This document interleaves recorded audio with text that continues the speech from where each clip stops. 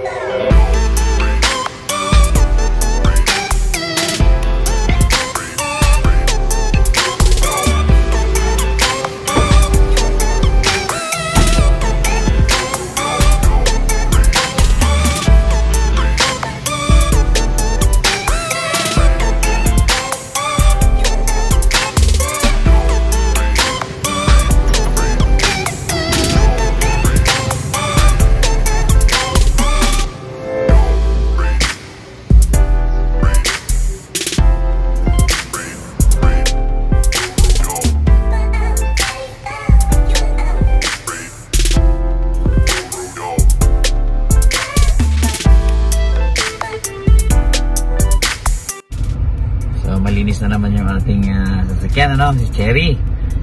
So magba-vlog lang tayo. Next time kasi busy nga dahil nga si Miss na, di ba, naalalayan natin dahil nga may sakit. So magba-vlog lang tayo regarding sa kanya, kung ano na yung itsura niya at performance niya after 3 years na ginagamit natin siya araw-araw. I mean nila misis araw-araw. So ngayon nakikita nyo naman na sa interior niya malinis, maganda, parang ganun pa rin. Okay, so ipapakita ko sa inyo yung exterior naman pagdating ng pag may time na tayo. So ngayon makamalingki mo tayo.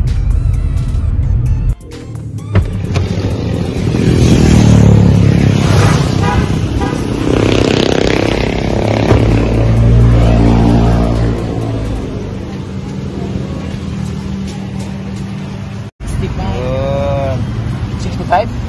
65, okay. Isa nito. Saka isa nito. Ganda ng tindera, oh.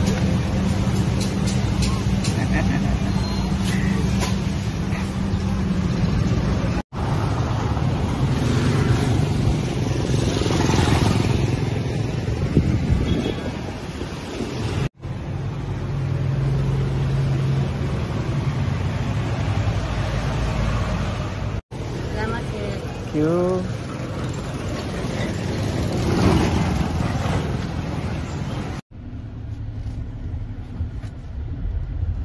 So nasilip nyo, di ba? Kahit 3 years na siya, maayos pa rin yung itsura niya.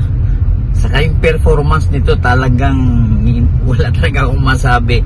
Talagang maayos yung acceleration, ganun pa rin, parang lalo pang lumambot. Hindi naman siya kagaya ng aking Ranger na yun 3.2 yun. Siyempre hatak nun. Pero ito talagang magaan sa dalhin, maganda sa patakbuhin. Wala kang pagod kumbaga kahit mag long distance ka. So sa nakikita nyo yung itsura niya, napaka ganda pa rin, makintab pa rin.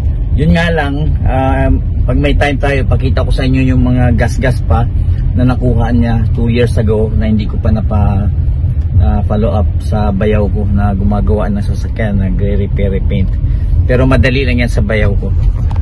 Pero yun nga, hindi ko siya pinaayos kasi gusto kong makita ng mga followers natin, yung nagpa-follow dito kay mga subscribers natin na nagpa-follow dito kay Cherry Tigo, kasi may doubt sila noon na baka yung performance ni Cherry after ilang years so sasabihin ko sa inyo, honest to, kasi talagang nangyari sa akin 3 years na ganun pa rin, walang pagbabago yung performance, napakaganda yung aircon, walang hindi man lang natinag-tinag, ganun pa rin aircon. Nagrereklamo nga si Mrs. kahit tanghaling tapat pag may biyahe kami, pinapatay ko na lang yung aircon, siya hinihinaan ko, talagang maganda, maayos.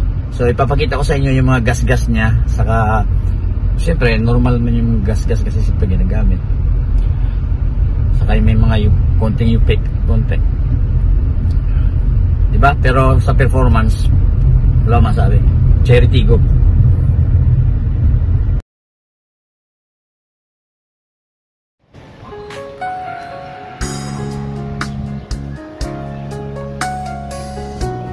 So dito tayo ngayon sa may hospital, no, sa may Dadyangas Medical Center dito sa may General Santos City.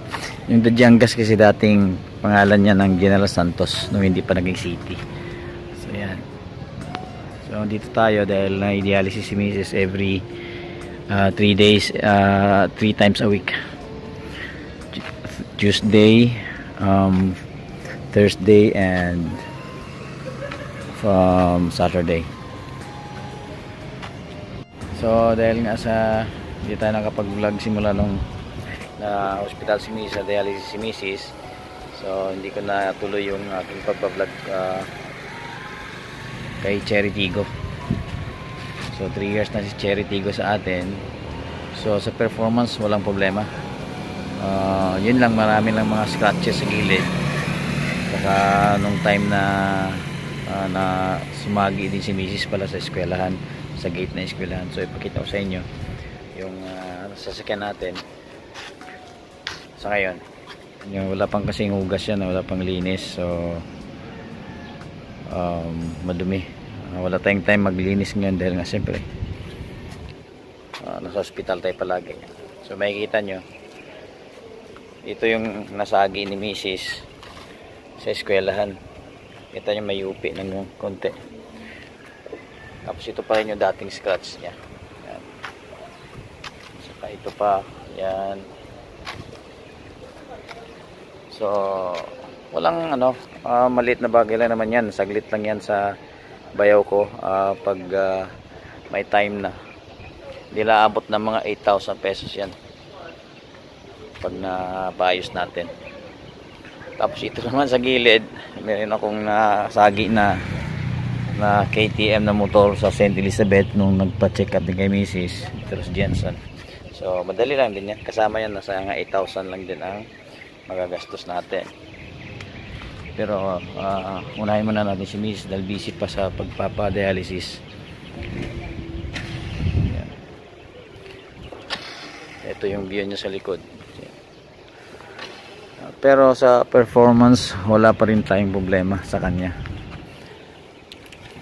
Maganda yung performance pa rin, lalong lumambot yung accelerator niya. Yung acceleration naman maganda.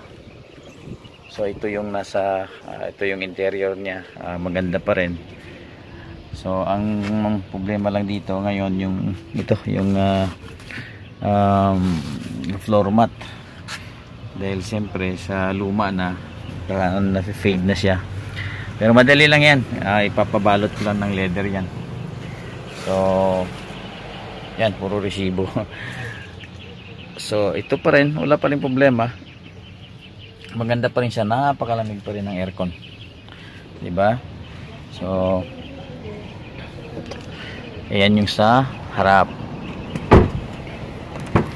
So ito pa rin yung nasa loob, wala pa rin wala pang linis kasi. Yeah.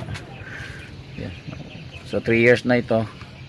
3 years na ito sa sasakyan natin na walang problema sa performance. Yun nga lang yung mga sagi-sagi sa gilid. Pero madali lang yun. So yeah. Dito sa loob walang ganong problema dito yung floor mat niya kasi hindi naman laging ginagamit yung likod yung sa harap lang talaga, lalo na sa driver side. Diba? So yun.